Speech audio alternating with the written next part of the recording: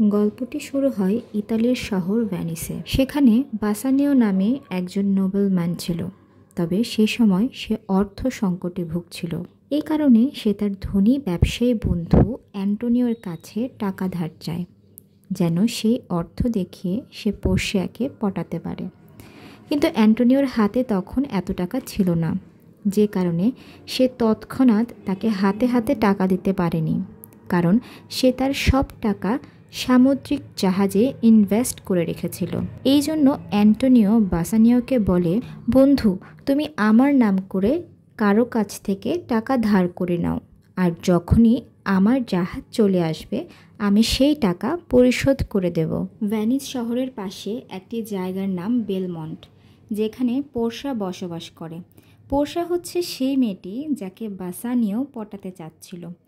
পোর্সা ধনী হওয়া সত্ত্বেও তার একটি সমস্যা ছিল। তার বাবা এমন একটি উইল করে গিয়েছে যেখানে লেখা ছিল, কোনো ছেলে যদি পোর্সাকে বিয়ে করতে চায় তাহলে সেই ছেলেকে একটি শর্ত পূরণ করতে হবে।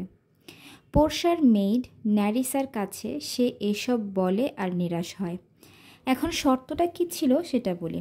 শর্তটা হলো, যদি কোনো ছেলে পোর্সাকে বিয়ে করতে চায় তবে তাকে একটি ধাঁধা সমাধান করতে হবে। ছেলেটির সামনে 3টি ক্যাসকেট বা সিন্দুক রাখা হবে, যার একটি গোল্ডের, একটি সিলভারের এবং আরেকটি লেডের তৈরি।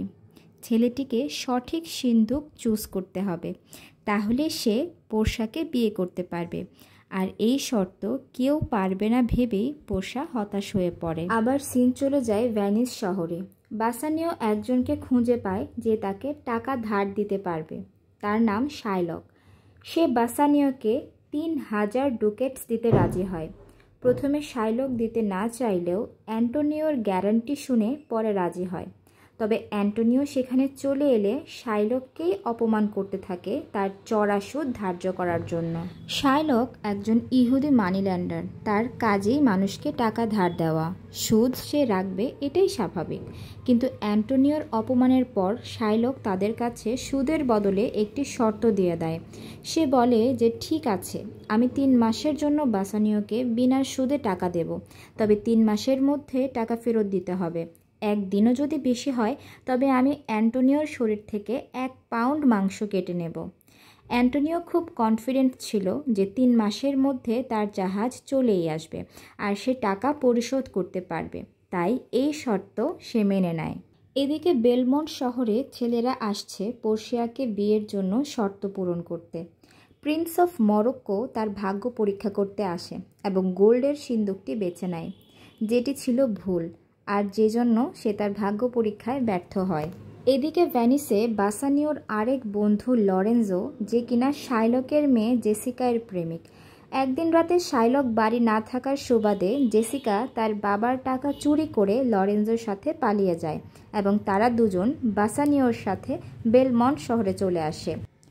বেলমন্ট শহরে প্রিন্স অফ অ্যারাগন আসে তার ভাগ্য পরীক্ষা করতে, কিন্তু সে সিলভারের সিন্দুকটি বেছে নিলে এটিও ভুল হয় এবং সে পোর্সিয়াকে বিয়ে করতে অসমর্থ হয়। কয়েক সপ্তাহ পর একটি সংবাদ আসে যে অ্যান্টোনিওর জাহাজ সমুদ্রে হারিয়ে গেছে। এই খবর শাইলকের কাছেও যায়।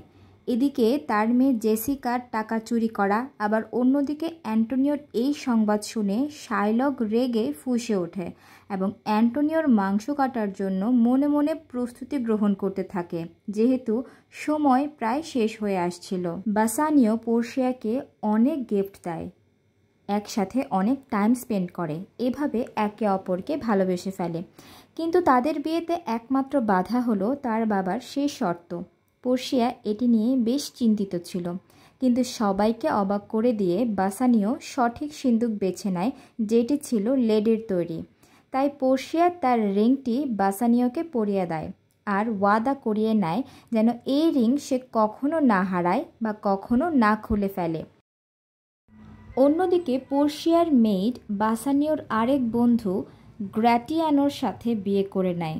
সব যখন ভালোভাবে চলছিল তখন বাসানিওর কাছে অ্যান্টোনিও চিঠি পাঠায় এবং জানায় যে বন্ধু, আমার জাহাজটি হারিয়ে গেছে, এখন শাইলক আমার মাংস কেটে নেবে বলে আমাকে তাড়া করে বেড়াচ্ছে, আমাকে বাঁচাও।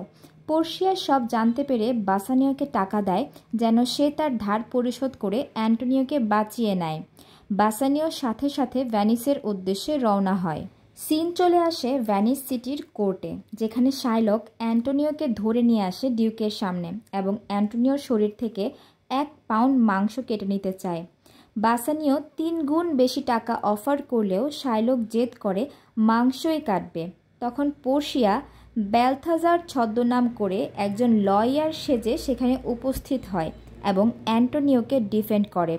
সে জানায় শাইলক চাইলে অ্যান্টোনিওর মাংস কেটে নিতে পারে, কিন্তু সে 1 ফোঁটা রক্তও নিতে পারবে না। এটা তো শর্তে লেখা ছিল না যে সে রক্ত নিতে পারবে। এভাবে বুদ্ধির জোরে সে অ্যান্টোনিওকে বাঁচিয়ে নেয়, আবার শাইলককেও শাস্তিস্বরূপ তার সমস্ত সম্পত্তি বাজেয়াপ্ত করার কথা বলে। এমনকি তার অর্ধেক সম্পদ অ্যান্টোনিওকে এবং বাকি অর্ধেক তার মেয়ে জেসিকাকে দিতে হয়। বাসানিও পোর্শিয়াকে চিনতে পারে না, লয়ারের ফিস দিতে চায়। তখন পোর্শিয়া ফি না নিয়ে বরং তার হাতের রিংটি দাবি করে, কিন্তু সে দিতে চায় না, কারণ সে পোর্শিয়াকে কথা দিয়েছে। কিন্তু অ্যান্টোনিও বলে যে সে আমার এত উপকার করেছে, তোমার রিংটি তাকে দিয়ে দাও।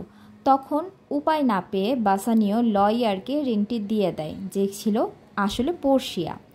বেলমন্টে ফিরে গেলে যখন পোর্শিয়া বাসানিওর হাতে রিং দেখতে পায় না, তখন সে জিজ্ঞেস করে তার রিংটি কোথায় এবং খুব রেগে যায়। তখন পোর্শিয়াকে সব কথা খুলে বলে, আর এই সময় পোর্শিয়া জানায় আসলে সেই ছিল সেই লয়ার আর রিংটি তার কাছেই আছে। এভাবে শেষে সব কিছু সুন্দর হয়ে যায় এবং অ্যান্টোনিও খবর পায় তার হারিয়ে যাওয়া জাহাজটিও ফিরে আসে। সব কিছু সুন্দরভাবে এখানেই সমাপ্ত হয়।